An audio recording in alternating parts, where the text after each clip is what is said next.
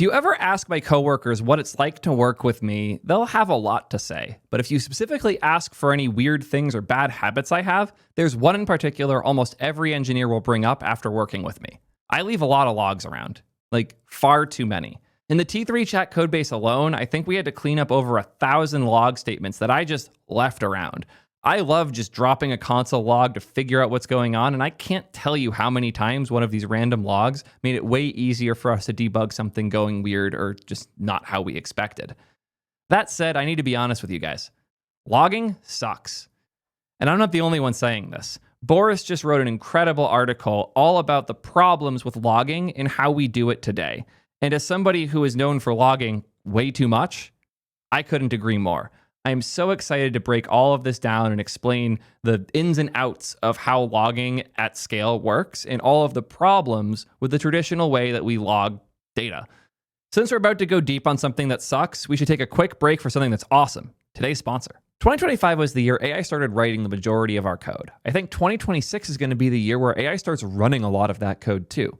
You need somewhere safe to run it. You can't just let AI write a bunch of code and execute it all over your machine, certainly not on your production servers either. So where are you going to put it? I think Daytona is going to be a hard place to beat. Daytona deeply understands infrastructure, and they've found the right combination of servers and serverless and SDKs to make something that is really, really good for running AI code. I'm just going to grab the snippet from their homepage to explain this to you. You instantiate a Daytona SDK, you create a sandbox by calling daytona.create, where you can optionally pass a specific programming language. You then get a response by simply executing the code. Sandbox.process.code run, this console log, and now you get a response. It's that easy to execute code remotely, safely. You can even control what access it has, what permissions it has, can it browse the web, can it do all these types of things trivially. You could even expose your own stuff to it if you want to give it some MCPs or random SDKs that it has access to. You have full control over all of that. Anything you can do on a real server, you can do on Daytona. There's a reason LangChain, BrowserU, Samba Nova, and Process all are using Daytona for their agents. It's so much easier to manage.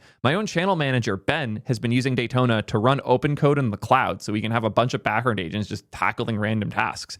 If I was building a background coding agent tool, you bet your ass I would be building it entirely on top of Daytona. The reason why is simple. It's fast, scalable, and stateful. The stateful part is what's so cool. When it's waiting for tokens to be generated, you're not being billed on the wait time, you're just being billed on execution time. And the state just stays there when you're waiting for the update from the LLM. It's so hard to balance this out where you can write a file and expect it to still be there the next time the thing spins up, while also not charging you for the entirety of the time that server exists. It's so nice, and it really feels tailor-made for the use cases that we have with generating code and running it through stuff that agents are trying to spit out. And if you spin it up now, you'll get $200 in free credit. What are you waiting for? Check them out now at sodev.link/Daytona.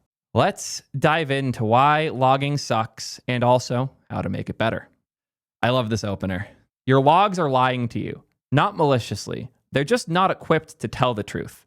You've probably spent hours grepping through logs trying to understand why a user couldn't check out, why the webhook failed, or why your P99 latency spiked at 3 a.m. You found nothing useful. Just timestamps and vague messages that mock you with their uselessness. This isn't your fault. Logging, as it's commonly practiced, is fundamentally broken. And no, slapping OpenTelemetry on your codebase won't magically fix it. Shout it from the mountaintops. I have so many issues with OTel. I don't want to just make this a rant about OTel. I legitimately prefer console log to OTel for most things, but we'll get there as we get there. Let's see what's wrong and, more importantly, how to fix it. Core problem. Logs were designed for a different era. An era of monoliths, single servers, and problems you could reproduce locally. Today, a single user request might touch 15 services, 3 databases, 2 caches, and a message queue. Your logs are still acting like it's 2005. There are a lot of things like this in tech. I have been resisting the urge to do like a 2 to 3 hour schizo rant about everything I hate about file systems. The idea that files should exist in folders that are nested, hierarchical, and have no ability to share content between them instead of something like a logical tagging system is so rudimentary and wrong that the way file systems actually work entirely ignores the paradigm of how they're exposed. Most file systems are just a list of files with the folder as a tag or name key in it somewhere that you use to create the hierarchical system that users expect. We have just been pretending files and folders are the right way to organize things on our computer for like 4 decades now. And logs are a similar thing. Logs were made a long ass time ago. People mostly understood them, so nobody's bothered to challenge the fundamentals of them. We still use computers the same way that UIs were invented with the original Macintosh. The same 3 buttons in the corner, the same mouse with the same click behaviors. We don't like change unless we really need it, and that's how we end up places like this, where logs still work as though everything's running on one server that the database is actually running on top of. That's not how anything works anymore, so this system sucks. Just as a silly example from literally earlier today, I was filming a video about how we built the wrapped feature at T3 Chat. And this feature was only debuggable because of ways that I added logging in and how good of a platform Convex is. But this one was complex because things existed in a lot of different places. There was the UI state, what the user was seeing and what state their device was in. There was the feature flag, which was coming from PostHog, which actually would be blocked if you had an ad blocker on, which was really annoying. There is the Convex database where the data gets put and stored. There's the Convex query layer where you're querying for what the data is and if you have it. And then there's the Convex workflows that actually run the generations, all being run on top of the PostHog data sets. So we have 5 parts of Convex, the user experience, the backend on Vercel, which thankfully we didn't have to touch too much. That was basically written out of this one, unlike for everything else in the product. And then PostHog as a source of data, and then Convex again is the location the data goes when it's done. That's a lot of different places with a lot of different things, and I honestly can't tell you what's going on in some of them at all. I have no idea if there's a place in PostHog where you can see logs for attempted queries and their success and failures. I couldn't find it.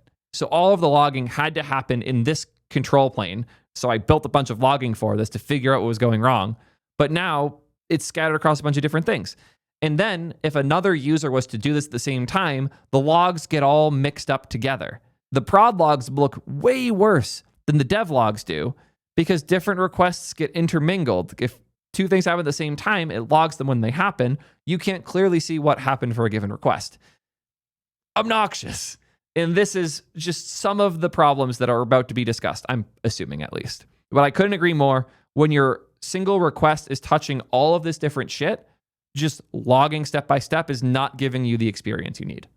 Here's what a typical logging setup looks like. We have a log chaos simulator. I hit process order, and all of the logs for this come through.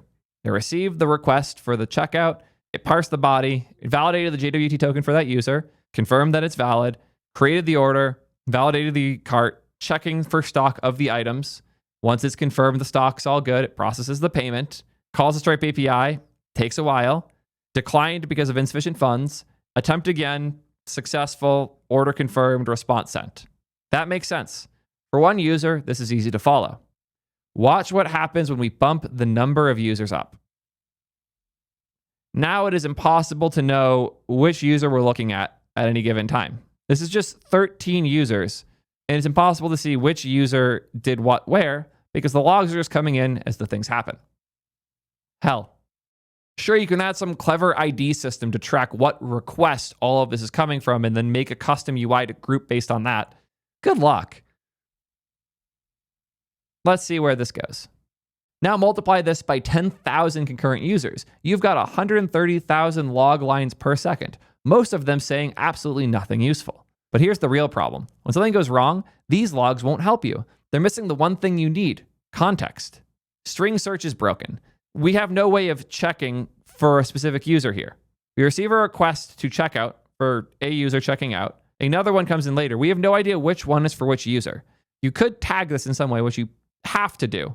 Yeah, it can help. And OTel can help for one box. But if these different things are happening on different boxes, like the gateway is the layer in front, but then inventory is a different system running on a Lambda or something, getting the logs from there back to the main box to be grouped as one cohesive thing, good luck. OTel does not solve any of these problems other than looking at a trace on one box. So here's why string search does not solve our problems here.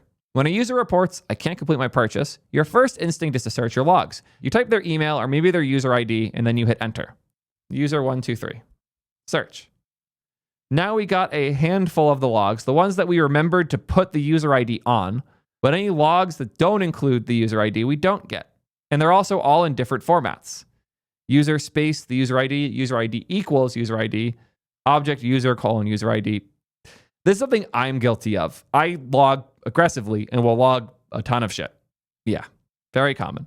And here is context that existed in the code, but we didn't get. We didn't get the card declined error because we didn't log a user ID. We didn't get the last 4 of the card. We didn't get the retry attempts, the user subscription tier, or the cart value. We couldn't see any of that.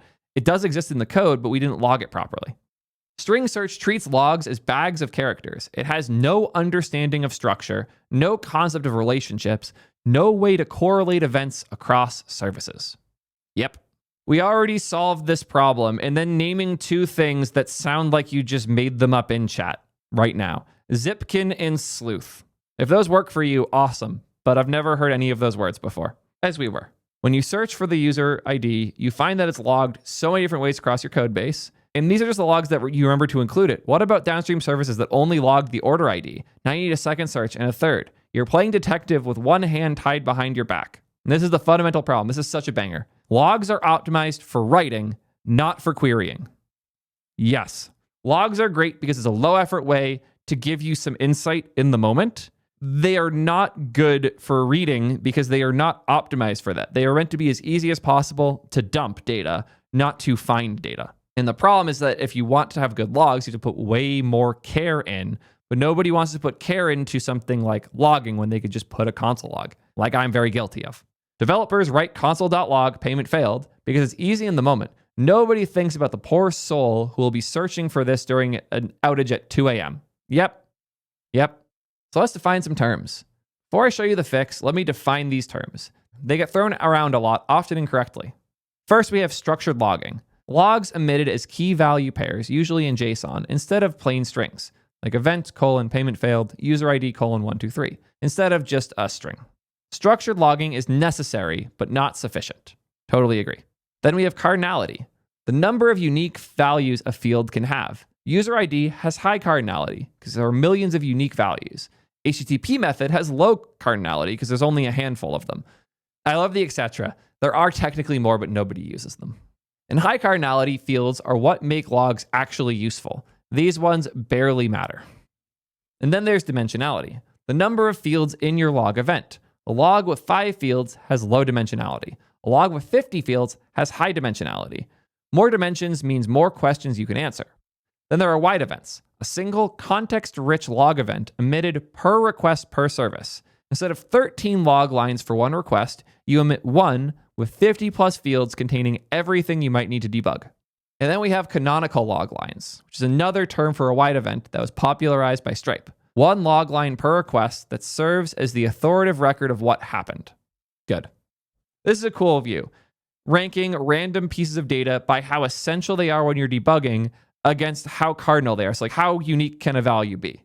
Something like the environment, like knowing if it's prod or dev, critical for filtering, but you know what you're in when you're checking the logs. HTTP method, you know by the URL and what they're doing. Region, cool. Status code, kind of, but the only reason you're checking is if it's a 400 or a 500, let's be real.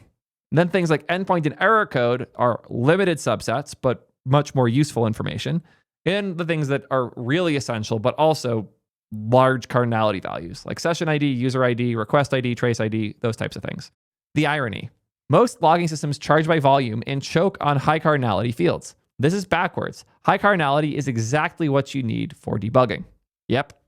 And now the OpenTel rant. OpenTelemetry will not save you. I see this take constantly. Just use OTel and your observability problems are solved.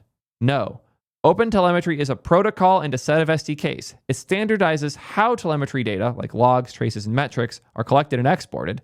This is genuinely useful. It means you're not locked into a specific vendor's format. But here's what it won't do. It does not decide what's a log. You still have to instrument your code deliberately. It doesn't add business context. If you don't add the user sub-tier, their cart value, or the feature flags enabled, OTel doesn't know that. And it doesn't fix your mental model. If you still think in terms of log statements, you just emit bad telemetry in standardized formats. Yep. So here is one example of an endpoint using OTel. We create the active span, they try an order, and if there's an error, we record the error.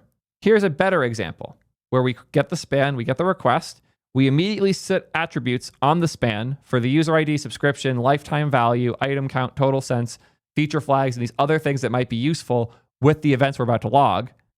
And then when the order is created, we add the order information to the span. And if the order fails, we set error types on the span instead and record the exception. And let's see the difference in the logs. Here is the log for the first example using OTel. You got a span name, a duration, a status, an exception message. We don't know who this failed for. We get nothing still. When we look at the OTel logging that we actually put attributes on properly, we get the same first 3 fields. Cool. But a bunch of other useful data too, like the user's ID, their subscription tier, are they a premium sub or not, the lifetime value of this customer, so we can filter things out, see how often they're happening for a user of a certain level of usage, cart item count, cart total cents, feature flags, what feature flags they had on. In this case, they had the new checkout on, which might be why this failed. But also, it was a payment declined error, which we have here from the error type in code from when the error happened. Now we can actually understand what happened. Same library, same protocol, widely different debugging experience. OTel is just plumbing. You decide what flows through it. Yes. OTel is a delivery mechanism. It doesn't know that user 789 is a premium customer who's been with you for 3 years and just tried to spend $160. You have to tell it that. And here is the fix. You need wider events and canonical log lines. The mental model shift that will change everything. Instead of logging what your code is doing, log what happened to the request. Instead of logging at every step, like if we go back here, we could log at the start what user we're doing things for. Then we could log that the order succeeded or log that the order failed. That's a thing I do a lot. You use OTel properly. Instead of logging, you're tagging. For this request, you are adding the additional context to the request at each of those steps instead.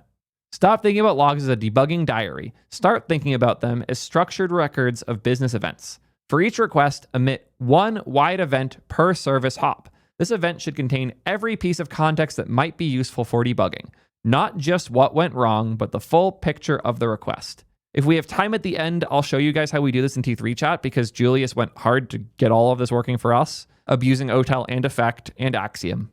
It's really cool stuff. So hopefully I'll remember and hopefully I can do it in a way that's PII free enough. We'll get there. So let's take a look at an example of a wide event.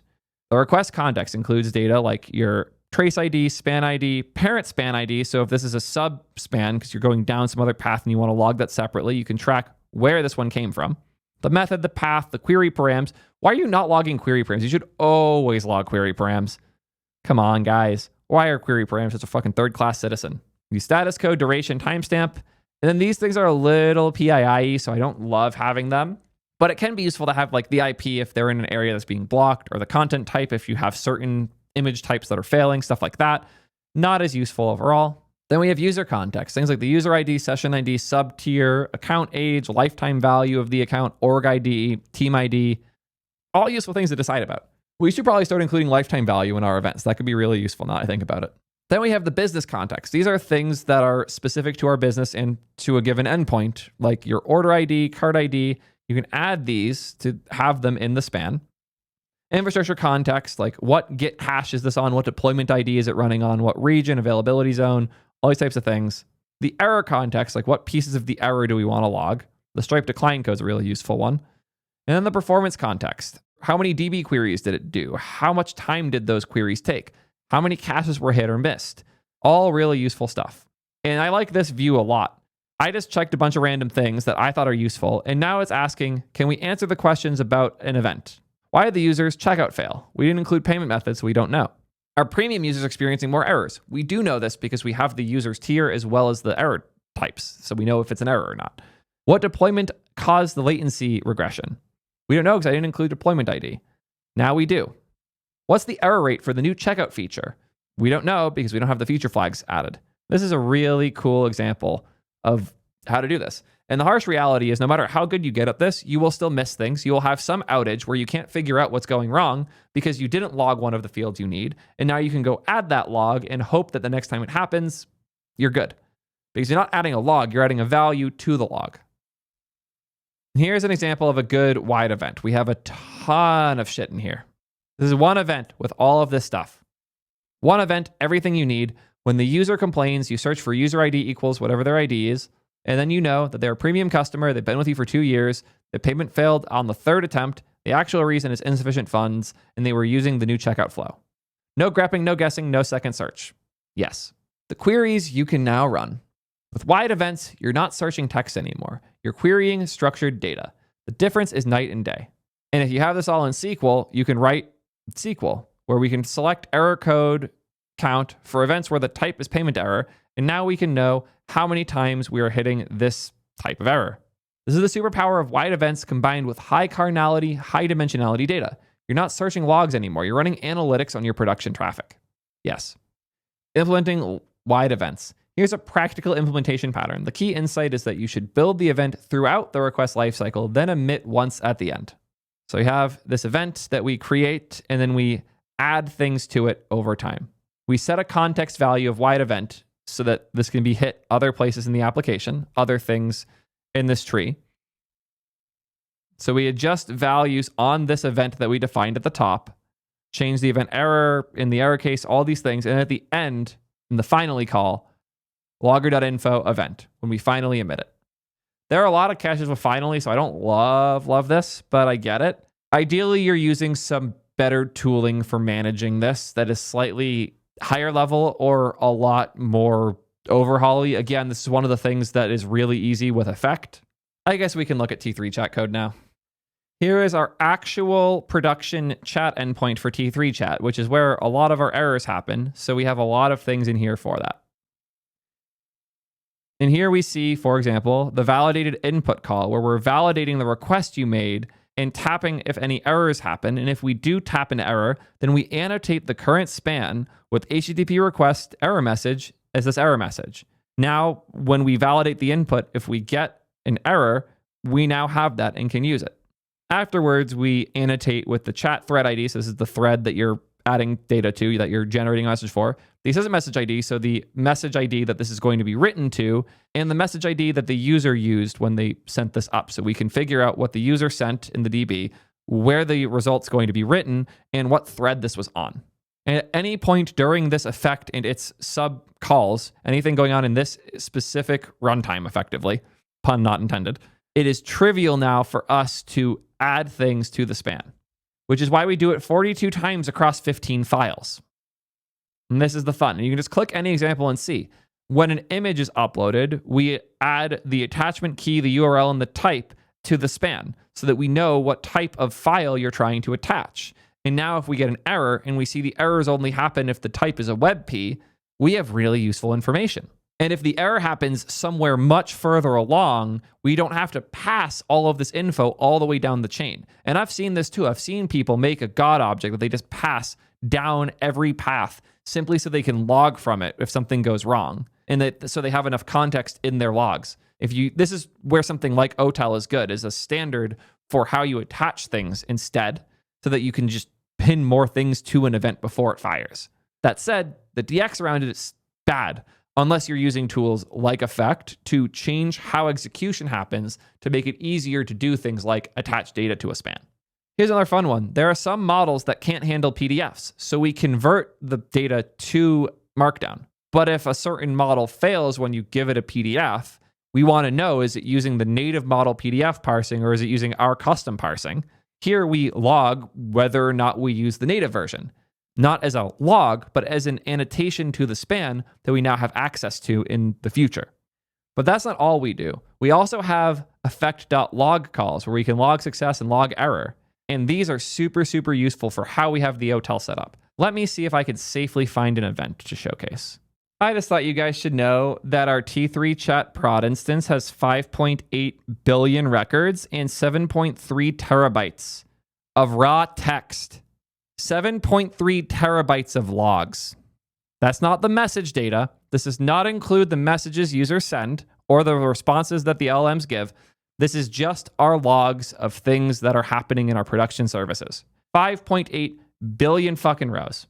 Wish me luck not clicking things that expose PII. Always a fun challenge. Here's the OTel dashboard that Julius and Mark set up for keeping track of what's going on T3 chat. You can see some very interesting things just here already, which is that we're getting 12,000 spans per minute. Absurd. But also that certain events are way slower. The average time for a generate image call is 60 seconds. The P95 is 1.25 minutes, and the P99 is nearly identical. Very interesting. We can click through and see way more information. Looks like we only get one of these every few minutes, which is good because image gen costs us a lot of money. But we can look at a specific trace and see all of the things that we are logging as we showed before in the backend. Here we see the create message call. This one actually started on the front end, and we passed the span ID to the backend so that we can log between the two. Some data for this request, because remember, we're trying to get the whole picture for when the user hits the send button to the database it writes to Stripe being checked, to the result being on their screen. So we need to have the trace work in all of the places and pull it all together as this one event. Because this is just one trace in the end. Everything got grouped together for one singular event here. Starts on the front end, the create message call, all of it together took 1:17. We can see all of these other pieces, and specifically we see here where it passed from client to backend. Here is where the server got the post request. It verified the request, which only took 73 milliseconds. It called auth service get user info to check the user's information, get sub by user ID. This is us checking their subscription status, making sure it's valid. And once we had done all of that, we could start generating the response, which takes a lot longer. We have to resolve the API key if they have one. We have to get the model messages to get the message history so that we can actually generate the thing that they're expecting, and then do the stream to send the data back. And we get all of this because, again, we are passing the span ID from the front end to the back end, immediately setting it for the logs we're doing, and then attach the right data at the right time and notify the system of these specific events when they happen. So here we have the generate chat stream response effect. And this effect is given the string name, generate chat stream response. And now that it has this as this optional name field, it knows when we call it to include that in the OTel data, which makes it so easy to see what part of your request is fast and slow and where an error might have happened. This has made debugging so much easier, so much so that if an error happens on client, we log the span ID so that you can send it to us to go check in here and debug it. Also, Axiom fucking kicks ass for all of this. I have been so happy with them. They were my first ever sponsor. They have not paid me in a long time. In fact, they stole multiple of my employees, so I'm a little salty. But Axiom has made our lives significantly easier for this type of stuff. They handle absurd amounts of data very, very well. To go back to the example in the article that isn't so effect heavy, this is all on Cloudflare because Boris works at Cloudflare. So there's already this global context object that you're expected to pass around that gives you a really good place to attach these types of things. So that's really cool. I think that's awesome. That said, I like the way Effect does this a lot more. They have this example here where we have a request that we received. Next step, we add more data because the user was authenticated. So we add the user data to the event, see the event changing as things happen. That's the key. You don't log when something happens. You add to the event when something happens. And then when the thing is complete, the request or whatever, you then log the whole event at the end. Once the cart loads, you attach all that data. Once the payment processes, you attach all of that data. And when the payment fails, you, of course, attach that error data. And then you emit the event at the end. Awesome. But here's an important key piece, keeping costs under control. But Boris, I hear you saying, if I log 50 fields per request at 10,000 requests per second, my observability bill will bankrupt me. Valid concern. This is where sampling comes in. Sampling means you only keep a percentage of your events. Instead of storing 100% of traffic, you might store 10% or even 1%. At scale, this is the only way to stay sane and solvent. So you're telling me that my 5.8 billion rows in Axiom isn't the right way to do things? Look, to be fair, the personal free tier gives you 500 gigs of monthly ingest with a 30-day retention policy for free. 500 gigs of text data for free is stupid. And if you want more and more retention, let's say you want a year of retention with 1,000 gigs, $35 a month. That makes it a lot less bad. There are some limits on how many things you can attach to spans because they don't want to have to index hundreds of different fields. Sorry, I was wrong. It has up to 4,096 fields. And on the T3 chat prod instance, we're only using 59 of the 4,096 possible fields. An upload thing, we went over the limit a few times, but in other services, we've stayed under 100. Stripe has a lot of weird fields, so our Stripe logging has 791 different fields, but you get the idea. It's so good and surprisingly cheap. That said, sampling seems like a good idea. Naive sampling is dangerous, though. If you randomly sample 1% of traffic, you might accidentally drop the one request that explains your outage. So again, if we just randomly sample requests, we might not see the errors that matter. At 10% random sampling, you have a 90% chance of missing any specific error. That is bad. So what should we do? Tail sampling means you make the sample decision after the request completes based on the outcome. The rules are simple. 1, always keep errors. 2, always keep slow requests, anything above your P99. 3, always keep specific users like VIP customers, internal testing accounts, flag sessions, and randomly sample from the rest. Happy fast requests, keep 1 to 5%. I don't fully agree here. I think retention's the more important thing. I wish platforms didn't bill on raw ingest and would bill on retention because that's where it matters. I would say you should keep all requests for 7 days. You get the idea though. They even have some sample code for this here. I don't love that because you have to hard code the duration for above P99. Ugh, not great. Ideally, you're doing this on the ingest plane, not on the outbound one. Let's see what misconceptions the author addresses. Structured logging is the same as wide events. No, structured logging means that your logs are JSON instead of strings. That's table stakes. Wide events are a philosophy. One comprehensive event per request with all of the context attached. You can have structured logs that are still useless, like 5 fields, no user context, scattered across 20 log lines. Totally agree. Just switching over to JSON for your logs does not solve anything here. We already use OTel, so we're good. No, we've already discussed that. This is just tracing with extra steps. No, this is a philosophy. You want wide events, and if they are your traces, awesome. Similar to what I just showed for how we do it with T3 chat. Logs are for debugging, metrics are for dashboards. This distinction is artificial and harmful. Wide events can power both. Query them for debugging, aggregate them for dashboards. The data is the same, just different views. Remember that dashboard I was just showing? We have a bunch of similar ones. I have the OTel traces production dashboard that is really useful for seeing what different trace types have different request times, what the average span duration is, and all this other useful stuff. But I can go break down a specific trace. And if a user has an error and they get a trace ID in the UI, they can send it to one of my teammates and we can go paste it in the trace ID search and immediately see exactly what happened to that request. It is both. I'm actually pumped that we have hit all of the important points in this article. Good job, team. I did none of this. This is all Julius and Mark, mostly Julius, to be totally clear. Then we have the high cardinality data, which is expensive and slow. Sure, it's expensive on legacy logging systems that are built for low cardinality search strings. Modern columnar bases like ClickHouse, BigQuery, etc. are specifically designed for high cardinality, high dimensionality data. The tooling has caught up. Your practices should too. Yes, totally agree.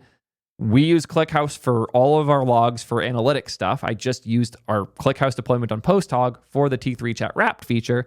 Axiom built their own crazy database technology that's incredible.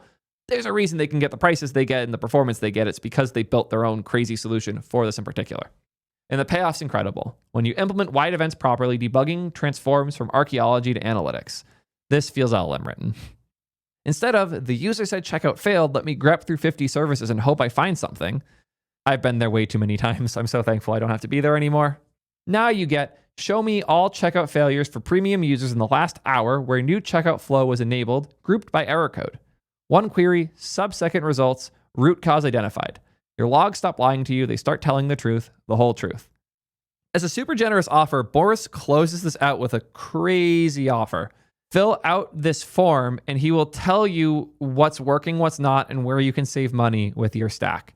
I've considered doing a stack roast thing like this, but it's so much work. I wish him luck. So cool though. Good questions too. Like, how big is your team? What languages are you using? What platforms are you using for your compute? What databases are you using? If you check other, does it not have a field to put in convex? Come on. Convex is also my compute layer. What data are you collecting? What observability tools are you using? Look at that. Axiom made it in. Incident management with PagerDuty, Datadog, all those. You get the idea. What coding agents do you use? And what's your monthly observability spend, log volume, number of services, etc. Super, super cool. This article was incredible, and Boris is such a bro for writing it, sharing it, and making offers like this. I highly recommend giving him a follow if you haven't. A link to his Twitter and the article is in the description, as always. I think that's all I have to say on this one, though. Curious how y'all feel. Was this as cool as I thought it was? I know logging is not the most popular topic, but doing it right is essential for building good, stable production services, and I think we can all learn something from this type of work. I'm so thankful for my team for getting this all right, so my dumb, bad console log practices aren't affecting us in production anymore. Curious how y'all feel, though. Are you excited to go fix your logs, or are you annoyed you just watched however long of a video this is, all about logging? Let me know how you feel, and until next time, peace nerds.